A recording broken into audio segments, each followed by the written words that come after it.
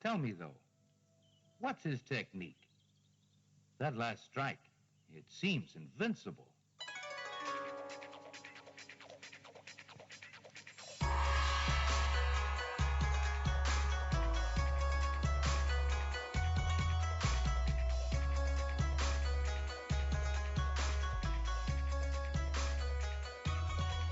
Hello, and welcome to Sons of the Dragon, the Immortal podcast.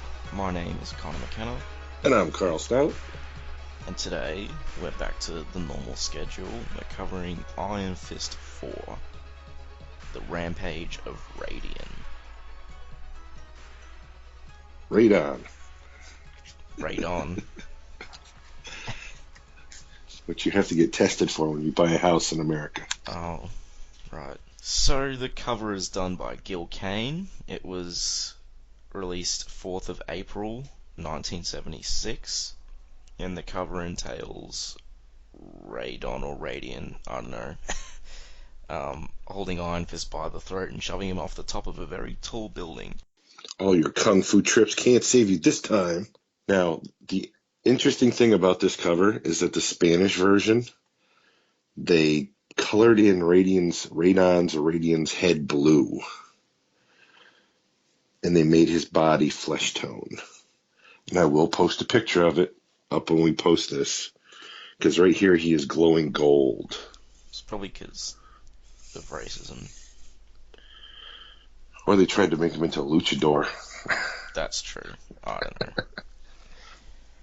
Alright, so we get to the first page, and the title of the story is Holocaust. So it resumes from the last issue. The explosions happen, but Iron Fist and Radion are both still standing. And, Radian's surprised that Iron Fist is still alive, and they start fighting again. Like they do. Yep. And then there's a cool shot on the next page as Radian's recapping. You see his eyes looming over the rubble. Yeah, like almost a Holocaust scene of rubble. Yeah. It's a good frame. And he's pretty much ranting. Just, I'm 100 megatons, I'm going to explode soon. Iron Fist is not only ranting, but pretty much blaming Iron Fist. Saying, you've just caused this disaster because you broke my chest plate. Yeah. And he's laughing maniacally. And so Iron Fist is like, well, I, can't let him just continue on, so they start fighting again. And causing more damage to the top of the postal tower. So it looks like it's rocking back and forth, and there's just constant explosions coming out from the side, and debris falling down. And it's all over the news. And then you cut to... which is interesting paneling here. Yeah, it's almost space-age futuristic weird. There's the top 3 panels, which are just normal, but then there's the middle panel, which is showing that it's on a TV, which is being watched by Joy Meekum, dear old Uncle Ward, and this person with this mysterious tattoo on his chest. Dun dun dun. Yep. And there's a lovely portrait of Ward on the wall. Isn't that Harold? I'm sorry, yes, Harold. Okay, yeah. That would be confusing if there was a portrait of Ward on the wall. Okay, so... And they're basically, the newscaster is saying, like, no one could be alive. Explosions just keep going off. No one could stand that inferno. And then we have Uncle and... Joy. And mysterious tattoo man. Watching it all, and Uncle is like, there you have it, they're all dead. And mysterious tattoo guy is like, no, he's not, we're connected. And he's like, you're nuts. And Joy's getting angry. Because innocent people are dying, and she's not a fan of that, whereas Uncle Ward and the other guy don't seem to really care. And, yeah, so Uncle Ward and this tattoo guy start arguing with each other. About how the tattoo guy is going, Iron Fist isn't dead, I must kill him myself, he's like a brother to me, I would know if he's dead. Now, we did say he was who he was last time, so we can Oh, drop the Davos. tattoo guy. Steel Serpent, yeah. Yes. And if you don't know who he is, you'll find out soon. You'll find out his backstory soonish, anyway. And yeah, Uncle Ward is getting angry because, well, he's a jerk. He's like, no, he is dead, you stupid head. And yeah, then Joy's like, enough, Uncle Ward, you jerk. So Davos gets angry as he's saying, I'm the only one that can kill him. He just proceeds to smash the wall of the office. I think it's the wall. Door. Some And sort also, of thing in the office. it looks like he tries to pull off the Iron Fist, but doesn't quite get there. So, it cuts back to Iron Fist in some more psychedelic. Panel straight out of Doctor Strange. Yep, so Iron Fist feels like he's dead. Drifting. Like sleep at first, a total absence of feeling of sensation. Almost like being dead. Then as reality fades in, it shows Iron Fist is buried under a bunch of rubble. And he feels this icy, sharp thing like he's being stabbed, but he doesn't feel pain. Then he realizes he is dying. Then we get cut to a panel where there's like a skeleton Iron Fist, calling him a man-child. Which is awesome. Yeah. And he's saying, there's nothing you can do, man-child, save die. And then UT appears to Iron Fist, going, save yourself, young dragon. And he informs Iron Fist that the power lies within him to save himself. The legacy of Shaolo can heal as well as kill. The Iron Fist is not a weapon, it is a force of will. And used properly, it can accomplish miracles.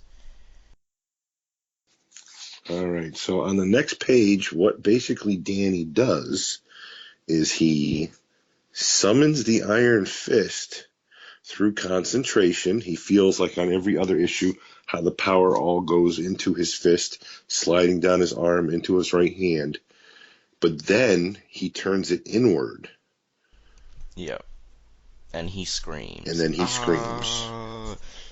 God, gods of Kunlun, the pain. I'm healing. I can feel it. But the pain is more than I can stand. More than any man can stand. Also, then we have another fantastic panel. And it's his mother's sort of ghosty head in between Iron Fist's eyes. And he knows that if he gives up and dies, then her sacrifice would have been for nothing. And yeah, so he won't let that happen, so he shikows right out of the wreckage. And he says he's alive. I'll be a one-eyed Grithfang. My gamble paid off. I'm alive and I'm whole. Now I looked up Grithfang, and there is no results at all on Google. I don't even think we're going to see one because I don't remember one-eyed nothing ever popping up in any of their visits to Kunlun. It's some of Claremont's weird slang. No also, idea. That panel with UT Iron Fist has the biggest Adam's apple ever. Yep. Yeah, it's disturbing. So Iron Fist gets up, he starts stumbling over, then some recording starts playing of a scientist who's recording his efforts to essentially cure radiation poisoning, because he believes that, the world's full of nuclear weapons and people are building nuclear plants, that they're going to need a cure at some point, because things will get bad. So... which makes perfect sense. Yeah, especially given the time this was... Yep, mid-70s. And so it cuts to day 374, and it looks like he's close to getting a cure to radiation poisoning before some goons break in. Dr. Sorrell. Literally goons. And his name's Dr. Sorrell, as the goons announce. And they're representatives of Ward Meacham, who essentially wants to buy the cure so he can dole it out for, large prices. And Dr. Sorrell decides to go, I'll see you in hell first, and grabs a pipe and then rushes towards the really huge buff guy.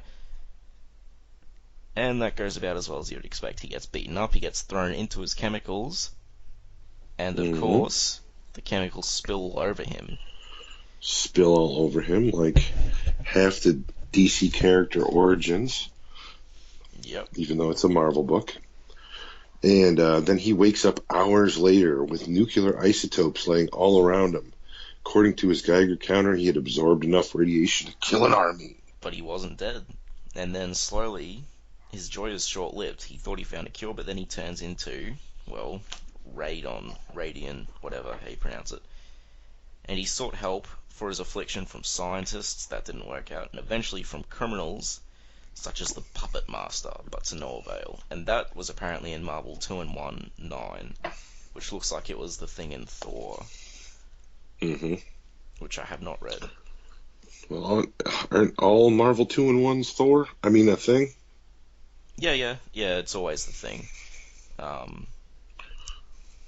wouldn't mind getting that, because I still haven't read that Marvel 2-in-1 number 8, which I keep seeing getting referenced. Anyway, and so as he keeps going, he discovers that there's something evil inside of him, and basically this evil part starts to take over, which is why he's turned into such a jerk. He came to London to find a cure, but that's when he pretty much changed irreversibly. And he has little time to do it before he reaches critical mass and explodes. And he built the machine of his salvation here, and Iron Fist sees that it's right in front of him, and an Iron Fist potentially stopped him from curing himself. Which he might have been, but he did attack that plane and kill all those people, so... Yeah, but I think he attacked the plane for the last part of the gizmo. So, then we cut to the hospital, to our favourite character. Who just got finished reading Punch magazine. She's dressed in her, I don't know where that outfit came from, but she's dressed, head to toe in black, missing her robotic arm, gun strapped under her, what's left of her right arm. She does not have the dagger on her left hip this time. And basically she's getting into an argument with the doctor. The doctor's like, there's no way you're leaving. There's, got too much damage. Let's see what's the exact thing. You have burns, broken bones, internal injuries, damage to your bionic arm we can't even begin to ascertain. And if you're not very careful, you're going to do yourself real harm. Yeah. And she's like, screw that noise, I'll do what I want. And, well, she actually does say that she cares about Iron Fist, it turns out, even though she thought they were through, and then starts to head off, and then she takes 5 steps and goes, and falls over, holding her side. I don't even understand what the doctor then yells about, because as far as I know, only her arm is bionic, and she does not have it at all. So for him to run out into the hallway and yell, we've gotten a bionic emergency in here, and if we don't move quickly, we're going to have a bionic corpse by morning, makes no sense to me whatsoever. Yeah, he could have just said, we need people in here because she's not doing well. Anyway, we cut back to Henry Sorrell, also known as Radion, whatever. And Ravager. He's on top of, this is an awesome page. He's on top of the giant postal tower. Just looks like he's laughing maniacally, and he's just pretty much raining destruction down on the city. The firemen have shown up, and he's just blasting the crap out of them. Yeah, and the tower is still on fire, like a lot, and he's calling them ants. He's saying he wants them to dance for his amusement, and then he'll burn them down where they stand. And then this night has a name, and that name is Holocaust. Run away, try to hide, for all the good it does you, 'cause nothing can save you now. Nothing. And then there's a shadow behind him, which I didn't even notice on my first read-through, of Iron Fist stealthing up from the lip of the top of the tower. And then... You call me nothing? Because I'm still going to deal... You're still got to deal with Iron Fist. I'm not about to die without a fight. What does it take to kill you, hero? So they start... what you got? they start fighting again. Oh no, And, he starts to. He does a little bit more. Then he just goes. well, yeah, full he calls him Sorrel, psych. Right. and to distract him. And then, yeah, Radion gets super angry. And, well, He's not happy. He knows his name. and Iron Fist tries to use that to his advantage. Doesn't really work. He gets thrown off the building, but then he does Daredevil and grabs onto... Complete Daredevil. Yeah. / Spider-Man. Spider-Man's done the same thing many times. True. The old flagpole maneuver. Except Yeah. that today he's doing it on an antenna. And then he flips. So he vaults himself back up on the roof. Yep. And then says, "You were saying," little smart quip there. Little bit of humor. Thanks, Chris. Anyway, so they start, they resume fighting, Got and then moves like Iron an Fist alley continues cat. to psych him out and saying, "Fight me man to man, you wuss." So Sorrel charges Iron Fist, and then Iron Fist uses... Iron Fist is actually not doing well in this fight. No, he's not. He looks very battered as well. His costume's torn, his face is all cut and stuff. And he throws And then Sorrel over his head. Radion actually gets his hands on him and starts dosing Iron Fist with a huge amounts of radiation. Not before And they're both like that. glowing super orange in the panels, and I mean, he totally melts that steel pipe as well, though, before that. Like, that shows the effect of his touch, and then he just full-on touches Iron Fist with the same grip. Except he's got him in like a... yeah. So Iron Fist then proceeds to... The radiation should kill him, but it doesn't, and he fights back. And a double sword hand killing blow, and it didn't even phase him. So then he tries a double heel palm, and he managed to break free, but not for long, because he gets punched in the face immediately. yeah, Radion is right on top of him. Yeah. And he said his only help is to twist his body so they're over the buckled stretch of roof that was weakened by the fire and the explosions, and the increased mass of Radion should collapse it. My only hope is I'm alive to see it. And Radion's on the top of him going, "Die, Iron Fist, at the hands of Radion, die." And then the roof gives way and he's like, "Oh, no, no." And that face is pretty priceless as And well. they plummet through like every freaking floor in the entire building. Yep, they just go bang, Iron Fist bang, riding bang, it bang, out. bang, bang. So let's see, 1, 2, 3, 4, 5, 6, 7, 8, 9. They go down 9 floors. And so Radion lands on the bottom, and Iron Fist is on the top, so that's why Iron Fist isn't dead. And he gets up, and it gives him a slight advantage. Sorrel is stunned, then Iron Fist kicks him into the machine, and then activates He it. goes over and throws a switch. Yep. And Radion doesn't even exactly know what's going on, because again, in this fight, in the tape, he said, his mind is becoming more and more corrupted, and he wasn't even, knew what was going on. So he doesn't even realize he's in the machine. He's like, "Are you a glutton for punishment, hero?" Yeah. And he's like, "Who said anything about running, Radion? Why should I? I've won." And then the machine starts up, and he's Cool screaming. panel where he's a skeleton. Yep. Yeah. And then it has a cool transformation sequence where he transforms back into Sorrel from Radion. Returns back to Henry Sorrel. Yep. And Sorrel thanks him. "Thank God, my young friend. Thank God you understand what had to be done. Rest easy, Dr. Sorrel. Don't try to talk. It was a nightmare. I saw you trying to stop me from hurting those people. Saw you trying to help me, and all I wanted to do was kill you for it. Forgive me. I'm not an evil man. I did not want to kill, but I could not help myself. The radiation changed me. All this death, this destruction, all my fault, my fault." And then he So dies. does he die? I am guessing it died. I'm guessing he dies, because it does say at the start of this book, the start of this issue, that a tale of triumph and tragedy. So I'm guessing that means he dies. And it's dawn, and it's a nice shot of the sunrise in London. The fire is out, the danger is past, The Holocaust ended for a time, and in the The end, Holocaust ended for a time. yeah, that's alright. And in the end, only innocents suffered, and only the innocents have died. And next, Gallaudet Mews, London, a chill midwinter night as Daniel Rand confronts the Assassin Supreme in a battle to the death when slays the Scimitar.